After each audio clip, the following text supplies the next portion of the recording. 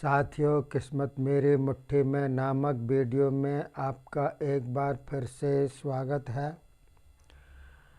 साथियों, आजकल बागेश्वर धाम के धीरेन्द्र शास्त्री का बहुत ही बहुचर्चित मामला चल रहा है।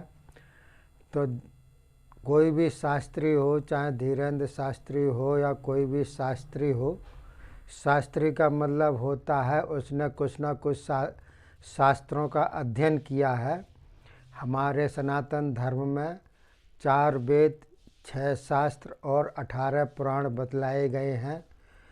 तो वेदों में या शास्त्रों में या किसी में भी कोई भी किसी भी क्षेत्र में अगर थोड़ा सा भी पारंगत हो जाता है तो उसमें चमत्कृत क्रियाएं देखने में आती हैं। अर्थात शास्त्रों में, वेदों में चमत्कार भरे पड़े हैं, विज्ञान भरा पड़ा है, ये तो सभी जानते हैं।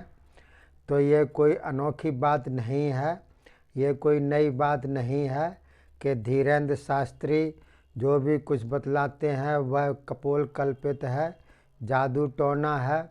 लेकिन अगर उन्होंने शास्त्री नाम अपने आगे लगाया है तो ज़रूर उन्होंने शास्त्र का अध्ययन थोड़ा बहुत किया होगा, जब भी वह जो है इस प्रकार की बातें अपनी सभा बताते हैं और बतलाते हैं, लोगों का शंका समाधान करते हैं। लेकिन हमारे जो सनातनी लोग होते हैं वही कोई उनका विरोध कर रहे हैं। क्योंकि योग हमारे जो है हिंदुओं में ये शुरू से ही परंपरा चली आई है कि एक दूसरे की टांग खींचना, एक दूसरे का विरोध करना। क्योंकि अगर इस प्रकार की बातें नहीं होंगी तो हिंदू समाज जाने कहाँ से कहाँ पहुँच जाता अब तक। लेकिन यही लोग अपने ही रोड़े अटकाते हैं, दूसरे मजहब के इतना नहीं अटकाते हैं। तो देखिए साथियों, मैं आपको बतलाता हूँ आज के स्वर विज्ञान के बारे में कि क्या क्या इसमें और बतलाता हूँ मैं आपकी नॉलेज बढ़ाने के लिए। ये भी एक शास्त्र है, इसमें भी जो है आदमी लाभ उठा सकता है। तो देखिए, जैसे कि पहला मैंने आपको बतलाया है, इसमें लिखा हुआ है अगर सोमवार वाले दिन 24 घंटे चंद्र स्वर चलता है तो उसको आनंद की अनुभूति होती है। आनंद एक ऐसा शब्द है जिसका विपक्ष में यानी कि विरोधी कोई शब्द नहीं है, और सभी के विरोधी शब्द होते हैं, जैसे रात का दिन, स्त्री का पुरुष, गोरा का काला, रात का दिन। लेकिन आनंद का कोई भी विरोधी यानी अपोजिट शब्द नहीं है। आनंद आता है अगर 24 घंटे वह चंद्र स्वर चलाता है सोमवार वाले दिन। तो आनंद क्या होता है वह आप स्वर चलाइए कुछ दिनों तक तो आपको महसूस होगा, पता होगा।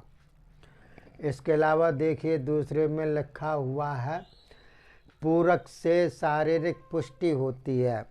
प्राणायाम में, ये प्राणायाम का ही एक अंग है। तो प्राणायाम बहुत ही विस्तृत है। तो प्राणायाम में एक होता है रेचक यानी कि सांस को बाहर निकालना, और एक होता है पूरक यानी कि सांस को अंदर खींचना और स्थिर करना, और रेचक होता है सांस को बाहर निकाल करके स्थिर करना। और अनुलोम विलोम तो आप जानते ही हैं, बाबा रामदेव बतलाते रहते हैं, सांस लेना और छोड़ना अनुलोम विलोम हो जाता है ये। तो जो पूरक करता है अर्थात हवा को बाहर निकाल करके स्थिर करता है, जितनी देर तक स्थिर करेगा उसकी पाचन तंत्र उतना ही मजबूत होता है। तो देखिए शारीरिक पुष्टि होती है, शरीर में बल बढ़ता है। रेचक से पेट की व्याधि और कफ आदि की प्रवृत्ति खत्म हो जाती है,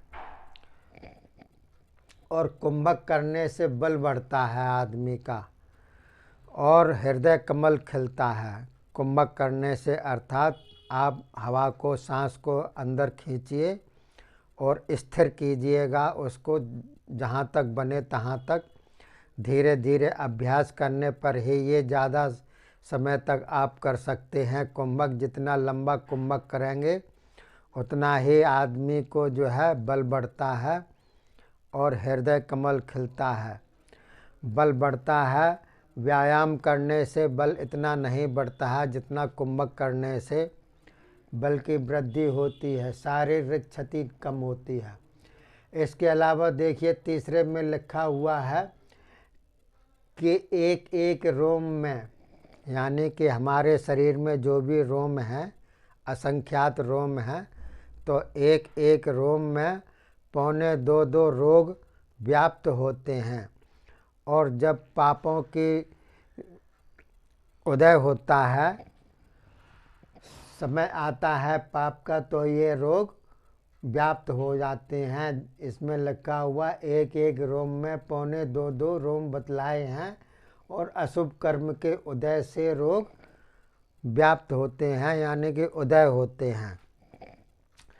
इसके अलावा देखिए चौथे में लिखा हुआ है, अगर किसी को ज्वर आ रहा हो, ज्वर का मतलब बुखार आ रहा हो, यानी कि शरीर का ताप बढ़ रहा हो, धीरे धीरे बुखार की स्थिति हो और आपको आभास हो जाए, तो जो चालू स्वर है, मैंने आपको बतलाया चालू स्वर और बंद स्वर कौन सा होता है। तो जो चालू स्वर है उसको आप बंद कर दीजिएगा और जो बंद स्वर है उसको चालू कर दीजिएगा। चालू करने का और बंद करने का तरीका ये होता है कि जो चालू स्वर होता है उसको आप कॉटन अर्थात रुई से उसको जो है बंद कर सकते हैं और दूसरा स्वर अपने आप ही स्वतः चालू हो जाएगा कोशिश करने से। तो बंद करना और चालू करना ये रुई के भरने से हो जाता है, कोशिश करने से। तो अगर किसी को ज्वर का आभास हो तो चालू स्वर को रोक करके बंद स्वर को चालू कर दें, और जब शरीर शांत हो जाए, ताप शांत हो जाए, बुखार निकल जाए, तो रुई को निकाल दीजिएगा। ये प्रयोग बहुत बढ़िया प्रयोग है। इसके अलावा 5वें में एक बदलाया गया है स्वप्न दोष, जिसको स्वप्न दोष होता है, अधिकांशतः भयंकर से भयंकर स्वप्न दोष होता है, हफ्ते में 2-2, 3-3 बार हो जाता है। तो देखिए नित्य आधा घंटा पद्मासन पर बैठ जाइए, आलती पालती मार करके बैठ जाइए पद्मासन पर और नाभि पर अपनी दृष्टि स्थिर कीजिए आधा घंटे तक। ऐसा आप जब नित्य करेंगे प्रतिदिन तो भयंकर से भयंकर स्वप्न दोष समाप्त हो जाता है। आजकल जो है बीमारियां ऐसी चल रही हैं, गुप्त बीमारियां, कि पता नहीं चलता है, जब ज़्यादा हो जाती है तब पता चलता है और शरीर में कमजोरी तो निरंतर बढ़ती ही चली जाती है। क्योंकि आजकल कमोड पर आदमी लैट्रिन करता है, आजकल इंग्लिश की लैट्रिन बनी हुई है, आदमी बैठ जाता है और स्वचालित पानी से लैट्रिन धुल जाती है और वो उठ कर के चल देता है, ना उसमें हाथ की ज़रूरत पड़ती है और उसके मूत्र नली से कब जो है वीर निकल जाता है, ज़्यादा जोर लगाने से पता ही नहीं चलता है। पहले खुड्डी होती थी, आदमी उकड़ू बैठता था और पता चल जाता था कि उसको धात की बीमारी है कि नहीं है। लेकिन जब से ये कमोड चल गए हैं तब तक डॉक्टरों की बल्ले बल्ले हो गई है और मरीजों की संख्या बढ़ गई है, गुप्त रोगों की संख्या ज़्यादा बढ़ गई है। आजकल पैदाइश होते ही चश्मा लग जाता है, इतनी ज़्यादा कमजोरी आ गई है। तो साथियों, जितना आप अधिक साधन जुटाएंगे उतना ही आपका शरीर कमज़ोर होगा, क्योंकि शरीर से उतना ही आप कम काम ले पाएंगे, उतना ही बल कम बढ़ेगा। तो देखिए साथियों, मैंने आपको बतला दिया कि भयंकर से भयंकर रोग हो तो क्या इसका उपाय है स्वर विज्ञान में।